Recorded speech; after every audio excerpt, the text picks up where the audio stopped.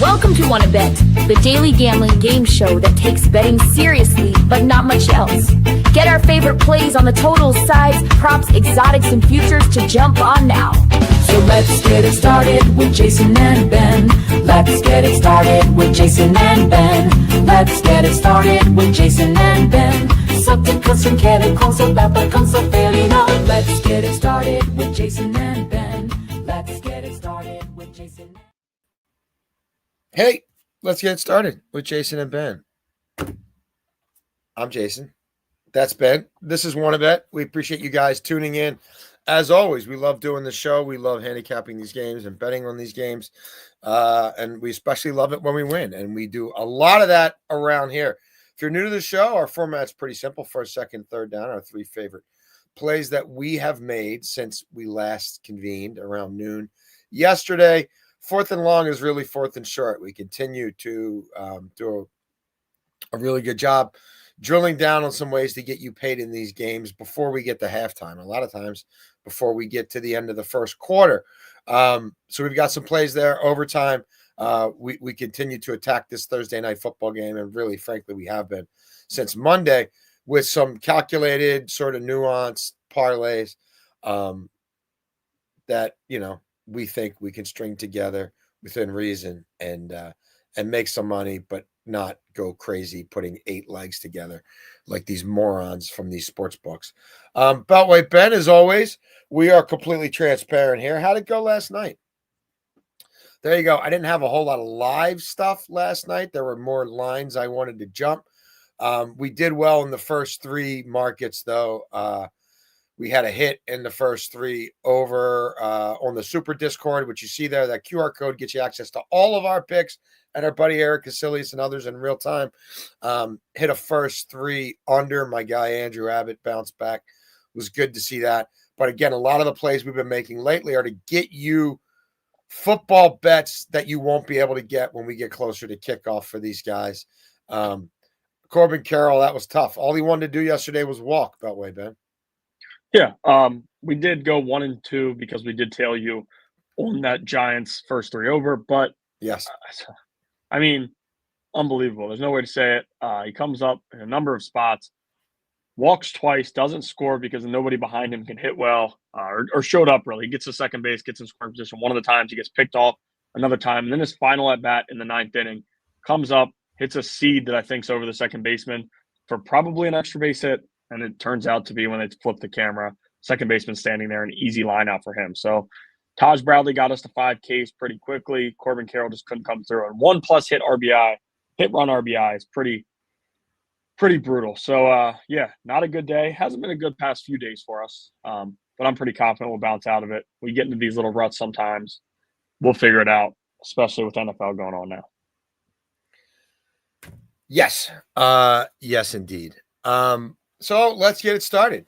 First, and again, Super Discord, all of our picks in real time. We tell you where we played them, the value you can get on them in real time at that sports book, because the numbers do vary from spot to spot. All right, Beltway Ben, first down. First down, we will go to Austin Eckler over his rushing and receiving yards. We saw Jahmyr Gibbs catch 10 passes last week. It was only for 31 yards, but he caught 10 passes. I have a hard time believing that Eckler's not going to catch a ton of passes here. With the way that the Packers played defense, I don't think they're going to let him get lost. But he did clear this in week 1 with 57. Everybody's on Krosky Merritt. I mean, anywhere you look, it's the most bet player prop all week. His rushing yards, his receiving stuff, his touchdown, everybody is on him. And usually when you see those markets, everybody betting it, exactly, it's just one game. And I did want to talk about that. He had a 44-yard run or a 42-yard run. That made his day look awesome, right? 8 carries, 82 yards. It was his last rush of the game. He ran for 42 yards. You take that away, 9 for 40. Not bad. A little over 4 yards a carry, but it's still not 82 yards that we saw just with that last carry. Eckler is the vet. They're going to be playing from behind, in my opinion. I think they want this guy on the field a lot more. He catches a few passes. I think he can get us to, 30 receiving yards. If he can just get 20 rushing yards, I think he gets that. Again, Krosky Merritt, I get it. He's the younger back. But in these types of matchups, you rely on your bets. Yeah, I agree. First down for me, I do think Washington regresses, but this quarterback is special. I think we get points tonight, Beltway Ben. I'll get into that. I've been talking about this game all week. I think Washington's going to have to chase this game. Matt LaFleur and Kyle Shanahan, that family tree has eviscerated Dan Quinn defenses for years. I think tonight will be more of the same. Washington's going to have to open it up with Kingsbury. I think Jaden Daniels can get us a passing touchdown relatively early in the first half. And then I think I could see Green Bay laying off some stuff later in the game and him getting one in maybe quasi-garbage time as well. Either way, the bright lights are not too big for this kid. He's got 2 or more passing touchdowns in 4 of his last 6 road games, full games he's played. He had some road games late last year where he played a few snaps and they pulled him because they were pretty much locked into a wild card spot. We obviously know his legs can be explosive. In prime time last year, he had 12 rushes for 39 carries, 7 for 18, and 16 for 127. I also looked at what he did rushing against Dallas. Why Dallas? Micah Parsons, who I expect to be a big part of this game. He had 7 rushes for 74 yards in one game against Dallas, 12 for 24 in the other. I'm not playing. When I play rushing attempts for quarterbacks, it's usually because I want a few free ones for a kneel down. I don't think he's winning this game. I don't see him being in a kneel down position at the end of the half or the game, but I do think I'll have an explosive run or two. And 30 is a very manageable number for Daniels. He also, like last year, he ran more early in the year before he started getting dinged up. You look at him, 16 carries, 10, 12, 8, first 4 weeks. Last week, he had 11. Now, 3 of them were kneel downs at the end of the game, but those first 8 would have been enough to get us over. So for plus 166, I see value there. Second down, Ben. Second down here, we're going to go. You just mentioned Micah Parsons, and occasionally I'll take these sack props. And again, this is a guy that everybody wants to bet to get a sack because it's Micah Parsons. But he did have a sack in the season opener, and that was the only tackle he had all game. 4.5 combined sacks against the Commanders last season. He's faced this team a ton. He's already seen Jaden Daniels twice. He's a big-time player, primetime game. All the eyes are going to be on him. And he's banged up, right? He comes in question, he's going to play, but he's banged up. They're going to get him on the field for passing downs, right? He's going to be out there when they're throwing the football. If they need to get him a few breaks, it'll be on running downs. He's a game wrecker. He's going to whoever lines up in front of him, he can beat. He's one of the best defensive players in the NFL, maybe the best. So I do like him to record a sack in his NFC East matchup against their old foe at minus 130. Second down for me, I am doing a little baseball parlay. Look, Gavin Williams, if you haven't been paying attention, looks like he will be the next great Guardians starter. Had a little bit of a slower start this year. They do a hell of a job developing pitchers. This kid's got his season ERA down to 3.17 now. He's got a 2.23 ERA in his last 7 starts. It's a weak-hitting Kansas City team. In general, we've got Kolek on the mound for Kansas City. They brought him over from the Padres where he was faltering. Look, he's been pretty decent for them since they called him up from Omaha AAA. But I just think the Guardians are the better team right now. I'm actually glad the Guardians blew that game last night because I didn't want to play this bet with them on the cusp of maybe sweeping a 4-game series, which is really hard to do. And we don't need them to win the game. We just need them to win the first 5 innings. And then the Padres are playing the Rockies. I know the Padres haven't been great lately, but my God, have you been watching the Rockies? And they've got this McCade Brown kid on the mound tonight. So, yeah, almost, $1.5 return. And, yeah, hopefully the Guardians can score a few runs on Kolek, but I like their chances. Third down, Beltway Ben. Third down here. We're going to go with Jaden Daniels over 30.5 passing attempts minus 120. 31.5 everywhere you look except for Bet365. That's where I found this at. Maybe a few other books, but 30.5 is probably the best number you're going to get. In 5 losses last year, he cleared this in 4 of them. Now, 1 was early in the season. Didn't really trust him as much during the football at that point. Probably was before he broke out the way he did. Last week, running backs had 20 carries for 42 yards for Detroit last week. And I get it now. Everybody's going to say, well, you also like Austin Eckler. If the running game wasn't going, I like Austin Eckler because I think he's going to pick up a good amount of that in the receiving game. And I think he's going to play a big part in the run game when they do run the football. Daniels is going to you had him under 50 scrimmage yards. It's not like you had him being a monster. right, exactly. But Daniels is going to have to throw the football on the road here. Have to. He's 1 year smarter throwing the football away as well, and we can use that in passing attempts late in the game, during doing whatever. All we need to do is a few spikes. I think it's going to be they're playing from behind for a majority of this game. We've talked about it a lot. If they are playing from behind, they're going to have to throw the football. Krosky Merritt, is he going to give them a juice? No. Austin Eckler, when he's in the game, a lot of throwing attempts. So I do think Jaden Daniels might run a little bit, but I do think he's a little smarter. He's a little older, doesn't want to take as many hits. Throwing the football away could be our friend here, and I like him over 30.5 passing attempts. Yeah, third down for me is I've played this Green Bay total a lot of different ways. I've given you guys a lot of different bets linked to the Green Bay total. Here, we're just playing it straight at the 25.5. I do think they score over 27 in this game, but why do I like this number? Well, Matt LaFleur's coached 11 home games in September. He's 8-3 in those games. His offense has averaged 26.3 points. His offenses have produced 27 points or more in 7 of those 11 games. He and Kyle Shanahan owned Dan Quinn. If you don't recall, Kyle Shanahan and LaFleur were on Dan Quinn's staff in Atlanta. Neither of these guys have faced Quinn previously as the head coach in Washington, but they did face his Dallas defense a combined 5 times, Shanahan and LaFleur. They went 5-0 against him regular season and playoffs. They averaged 33 points per game. They averaged 33 minutes per game time of possession.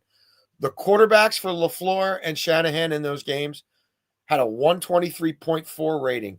They also ran for 160 per game, and threw for 220 per game against Dan Quinn's. I think it's kind of an old school. He's still running the same Pete Carroll shit from forever. Cover 1, cover 3. It's not super sexy. Keep stuff in front of you. The problem is this Shanahan offense gouges them with pitch plays and run plays to the outside, and then gouges them with deep play action shots off of it. And I think Jordan Love's going to be able to duplicate that. Again, I think they're scoring 27 or more tonight. Would not surprise me if they score into the 30s, but for these purposes, we'll take it over the 25.5. Fourth and short, Ben. Listen, I get it. Fourth and short plays have not been going the way that we'd like, for me at least. But I'm going back to the receiving yards, and I think I'm going to attack it these types of ways for a while just because I still like this. And even if there's some struggles early on in the season, once I get a little bit more research in, because we're just 1 weekend. Once we get 2 to 3 weeks in, when we have teams pretty set with what they are, I'll be a little bit better with this. But I like Tucker Kraft 5+ receiving yards and Deebo Samuel 5+ receiving yards, and you're going to get it at plus 189. Tucker Kraft, 1 catch for 15 yards last week. It was the touchdown. They didn't have to throw the football much. They were out a bunch early, and that's just kind of the way things went. Deebo Samuel, 2 targets, 1 catch, 8 yards. It's pretty clear Daniels is going to be throwing the football to Deebo Samuel a hell of a lot more than they were in San Francisco. Now, Terry McLaurin's going to get up to speed a little bit later in the year. We know he missed all that time with the injury. I know he was a little banged up, but we know he wanted that contract was the main reason he was sitting out. Deebo Samuel will be getting a lot of looks early in these games. Now, it is a little risky because you're taking 1 from each side, and if only one team has 2 possessions and one has 1, right, you're going to need that on those. But I think both teams come out throwing the football pretty quickly here, and I think we get it here. These are 2 arguably the top targets in these situations. I think Kraft, like I said just a few days ago, Tucker Kraft ran more routes than any wide receiver on that Packers team. Jordan Love's going to trust his guy here, especially at home in this environment. And then Deebo Samuel, I just mentioned it. He had two targets in the first quarter last week. So I do think both of these guys, 5+ first quarter receiving yards at plus 189. Fourth and short for me, I'm just going to do, and I don't play in these markets very often, but for minus 150, I like this one. First player to 40+ rushing yards, Jacobs. Again, there's been the script for the Shanahan family tree against Dan Quinn's overrated defenses has been volume in the run game and play action explosives in the pass game. I think Josh Jacobs will see plenty of the ball here. Again, Shanahan family tree, 160 rushing yards per game, and then 5 meetings with Quinn when he was in Dallas, with, I think, a better defense than he has right now. Yeah, I'm a little worried about there's some injuries on the Packers offensive line, but I also don't buy that Washington's good against the run. And Washington's been a bad explosives uh, defense for a while. What scares me here is Jaden Daniels, you know what I mean, being under pressure the first series of the game and tearing one off for 35 yards or something like that. We also know that LaFleur likes to run a lot of gadget plays to get his receivers involved in the run game. And could something like that be a big gainer against this defense? I mean, it could. I'm with you. I think Washington knows they're going to have to score points to win this game, and I don't know how cute they can be trying to slam the ball on the ground. So we'll find out more about their rookie running back. I don't think he's going to dominate this defense. So Jacobs is the bell cow. Jacobs, I think, will get fed here. When you look at Aaron Jones with LaFleur against Dan Quinn defenses, he was getting 21 plus carries a game. All right, Beltway Ben, overtime. Yeah, overtime we have just a 3-leg parlay for tonight's game that'll get us to plus 120. Tucker Kraft 25 plus receiving yards. I've talked about him all week. I think he has a big game. Deebo Samuel 30 plus receiving yards. We're building this off of what I just said. I think it's going to take some time to get Terry McLaurin going. I think McLaurin has a big catch in this game, but I don't think it's a lot of volume where he has 7-8 receptions. I think it's more 1 or 2 big hitting plays and a little bit less with the volume. I think Deebo Samuel catches a number of these screens, passes across the middle of the field, all types of things to get us to 30-plus receiving yards. And then Jaden Daniels, 200-plus passing yards to go back to the passing attempts. I think they're playing from behind. I think he's going to have to throw the football. And at 200-plus, it shouldn't be too much to ask for in a game, especially if they are trailing like we expect them to in the fourth quarter. Can we get, some prevent, some cover 6, guys dropping back, just giving Jaden Daniels easy throws across the middle of the field? I think we will. So I do like him 200-plus passing yards to get us to plus 120. Excellent. Overtime for me. I've got a parlay as well. So look, I really like Green Bay to win this game. I've talked about it all week. LaFleur is 22-11 straight up in prime time. He's 21-11-1 against the spread in prime time. He's 16-6 against the spread in September. And as I told you, he owns Dan Quinn. I just need him to win here. I don't need him to cover. We talked about Packers team total and why I like 27 or more. Jordan Love, his last 9 games, has 12 passing touchdowns to 1 interception. He's healthy, unlike a year ago, and this is going to be a great matchup for him. Again, Shanahan family tree quarterbacks against Dan Quinn. Regular season and playoffs, 5 games when Quinn was in Dallas. 69% completions, 220 yards per game, 10 passing touchdowns in 5 games, including playoff games, 1 pick, 123.4 rating. And Josh Jacobs, anytime touchdown, he scored in 9 straight games. He can do it in the passing game. He can do it in the run game. He's got touchdowns in 11 of his last 12 games. He's a tone setter for them. They like to get him in the end zone early. Jordan Love does not. He's an athletic quarterback, doesn't use his legs a lot, especially doesn't use them in goal-to-go situations. They don't have one of these fullbacks who poaches. It's Josh Jacobs, hammerhead time inside the 10. So all that for 2-1. Beltway Ben, because we are transparent, how did we do last night? There's our record since we launched this show on May 21st. There is a QR code for our Super Discord. Every pick that Ben and I make, and our buddy Eric Casilius and some other handicappers, whenever we make a bet, we put it in there in real time. We answer you guys' questions. Eric Casilius is helping people with their fantasy football decisions. It is it's a pretty hands-on situation there. We're willing to help you guys out in any way we can. Our goal is to make as much money as we can with you guys. We appreciate you for tuning in. We'll be back tomorrow at noon. You want to bet, we want to bet. We thank you for wanting to bet with us.